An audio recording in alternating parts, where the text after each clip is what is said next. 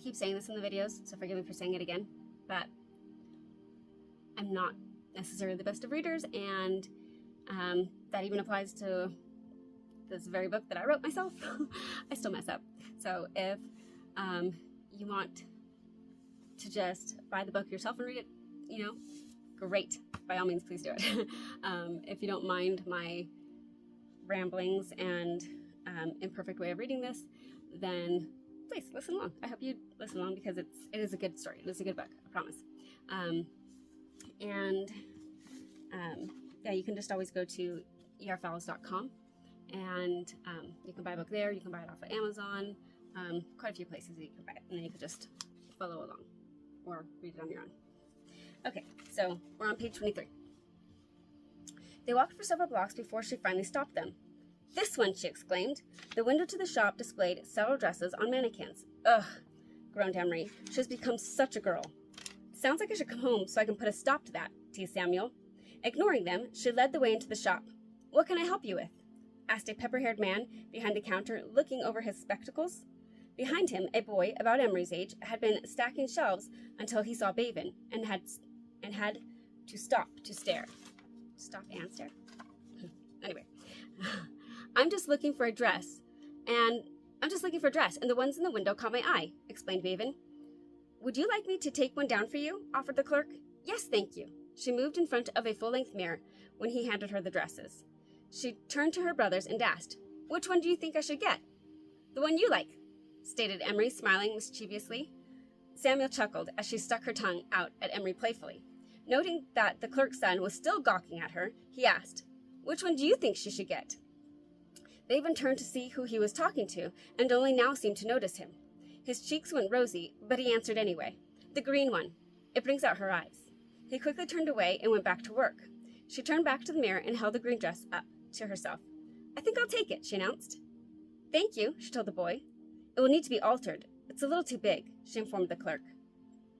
"My wife does that. Give me just one moment and I will go and get her." Samuel noticed that the boy was again paying more attention to Bevan than what he was doing.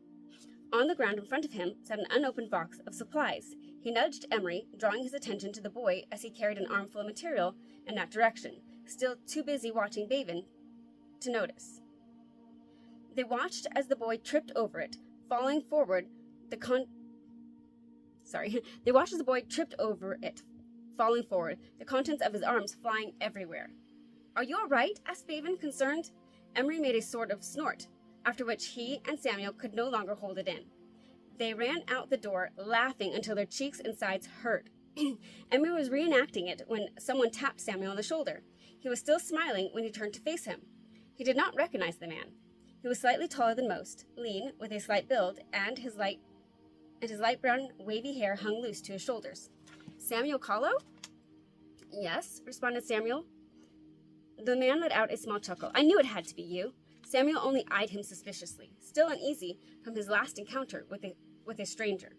"Sorry, I don't recognize you," Samuel apologized. "Of course not. We've never met," he stated. "I sailed with your grandfather for a short time. You laughed just like him. He spoke about you a lot. My name is Miguel, by the way." Samuel smiled, thinking of his grandfather. "What has he been up to lately?" asked Miguel. "He's gone," answered Emery. "Gone?" Miguel looked confused. "His ship disappeared several years ago. No one has seen him since," explained Samuel. "Oh, I'm sorry to hear that. He was one of the best captains I've ever had the pleasure of serving under," stated Miguel. "Without a doubt," agreed Samuel. "How about you?" asked Miguel. How about me what?" asked Samuel, puzzled. "Do you like to sail?" Samuel could picture the unhindered view of the open ocean and the feel of the air moving around him. "You don't have to say anything. I can see it on your face," chuckled Miguel. "If you're interested, my captain is looking to take on a few new crew members this voyage. Would you like to come?" "Who's your captain?" asked Emery, curious. "Captain de Souza. He's one of the best captains there is, right up there with your grandfather. So what do you say? Forget the stress of land life for a time and go on an adventure," urged Miguel. "No, thank you. I have too many obligations to even consider it." "I'll go," piped up Emery. "That's the enthusiasm we look for," smiled Miguel. "This land will always be here when you return. Think of it as one last fling before you are hit with all the troubles waiting for you in a few years." "If I were to sail with anyone, it would be my father," Samuel pointed out. "Oh, that's right. Captain David Kahlo. Yeah, he is one of Captain DeSouza's biggest rivals, if you hadn't noticed. Samuel pointed out. I guess you're right. He acknowledged, smiling as though the thought amused him. Well, if you ever want someone to talk to about your grandfather, I'd love to chat. You know where to find me, so stop by any time, Miguel told him. He walked away as the door to the shop opened. I will see you soon, Bevan called behind her as she left the shop. She now looked at her brothers with her hands on her hips, then shook her head. I stayed with you all day, even when I was bored. She pursed her lips, annoyed. I can't believe you can't stay with me for one shop. She held up one finger in front of her for emphasis. Didn't you see what happened? Emery laughed again. Yeah, we don't want to laugh in his face, added Samuel, chuckling. So what? He tripped. It happens. She twisted her jaw just like their father did when annoyed. And you've seen a lot of men trip, haven't you? So it probably seems normal, teased Samuel. What is that supposed to mean? She said, the pitch in her voice rising. Samuel and Emery laughed. Fine, she huffed, while retaining a gleam of amusement in her eyes. In the distance, Samuel caught a glimpse of Mariela. They had been friends for almost as long as he and Francisco had been. She was the only one who knew where he went to get away when he was stressed, and often met up with her there. She was more than beautiful. She had a way of making him feel like he was the only person she could see. He was about to go and say hi until another young gentleman about their age approached, and she began talking and laughing with him the same way she did with Samuel. He could feel his cheeks redden. He was not sure if it was jealousy or embarrassment that caused him to feel this way. Mariela had reached out and touched the boy's arm as she laughed, even throwing her head back as she did it. What is it? Asked Bevan, trying to see what he was staring at so intently. Emery was now trying to see too. Nothing, answered Samuel, sounding a bit curt without meaning to. I'm just worried about Francisco. Bevan nodded her head understandingly. She took him and Emery by the arm and made their way back to the carriage. The ride to Francisco seemed to drag on as many scenarios played out in Samuel's head, explaining why Francisco hadn't been at Eli's today. Bevan and Emery waited in the carriage as Samuel knocked on the estate of Sebastian Torres, where Francisco was employed. Lupe, one of their servants, answered the door. Samuel, come on in. I'll get Sebastian for you, he greeted him warmly. That's all right. I'm only here to check on Francisco. Is he all right? Lupe looked puzzled. I wouldn't know. I haven't seen him since yesterday, sometime in the late afternoon. Oh? Responded Samuel, confused. Sorry, apologized Lupe. I wish I could be of more assistance. If I see him, I'll let him know you are looking for him. Thank you, Lupe. He was walking back to the carriage when he heard the shrill, familiar voice of Sylvia, Sebastian's second daughter. Cringing, he turned to greet her politely. She waved her bony hand high in the air. He gave her a small wave back. Her parents made it a point to mention their desire to see them wed as often as opportunity would permit. The idea of having to hear that voice daily made him shudder. Her voice was not the only reason he would never marry her.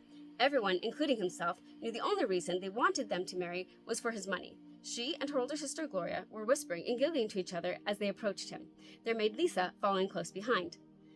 This is a nice surprise, Sylvia smiled broadly. I didn't know you'd be stopping by. Sorry, I didn't mean to drop in on you unexpectedly, Samuel apologized. That's all right, Papa will be happy to see you. He's in his study right now, catching up on some paperwork. I would hate to interrupt, and truthfully, I just came to check on Francisco. Francisco, repeated Gloria. Yes, he stopped by my house last night, excited about having gotten an apprenticeship with Eli, the clockmaker. He was supposed to start today, but he never showed up, Samuel told them. Oh, Sylvia responded, surprised. I didn't even know he'd been planning to leave our services. We haven't seen him since yesterday, Gloria informed him. Lisa, have you seen Francisco, she asked, turning to their maid. No, Lisa answered, her voice softened with concern. He is not in the house. If you come with us, we can check the stable. Perhaps he is doing his chores in there, suggested Sylvia. She suddenly paused when she saw Bevan watching them from the window of the carriage. Gloria was already grabbing her by the arm and leading her toward the stables before she could ask who she was. I had better tell my company what I'm doing before disappearing on them, stated Samuel. That's all right, Lisa will do it, Gloria offered. Lisa, please let Samuel's company know where he is going. Yes, ma'am. Thank you, Samuel called after her. The stables were located a distance from the estate, as Mrs. Torres couldn't stand even catching the faintest scent of them. Francisco took care of the horses and the stables and could often be found there. He was even known to sleep there from time to time, so finding him there would not have surprised them. The stalls were as one would have hoped to find them, neat and clean. The horses were resting or chewing on hay. The creaking of the last door, swinging slightly with the breeze, was the only noise aside from the horses. "Francisco?" Samuel called. "Francisco, are you in here?" They checked each stall until they came to the last. His outstretched legs were the first thing they saw. Samuel sighed. He had put his neck out there for him to get him that job, and he ditched it to nap in a straw-filled stable. He pushed the door to the stable wide open, revealing a ghastly sight that would haunt his dreams for a long time. Sylvia and Gloria let out ear-piercing screams before running out horrified. Samuel dropped to his knees, breathless, unable to stand the sight. He removed his own coat and put it over what was once Francisco's head. In Francisco's scarred hand he held a sloppily written note addressed to Samuel. Although it had not been sealed, it had the wax imprint of a snake wrapped around the world. In his other hand was the gun that must have taken his life. Samuel shoved the note in his pocket when he heard people coming, wanted to keep Francisco's last words private until he knew what they were. It wasn't long before the stables were flooded with Sebastian's servants. Sebastian came to his side, then led him away from the now crowded stable. "Are you all right?" asked Sebastian as they stood outside the stables. "I told your driver to take your guests home. There will have to be an investigation, and they're going to want to question you. Understand?" he asked, putting his hand on both of Samuel's shoulders to make sure that he was listening.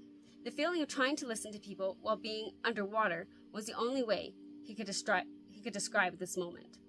And then we'll leave it on page 30 for now. And yeah, we'll see what happens later. Thanks.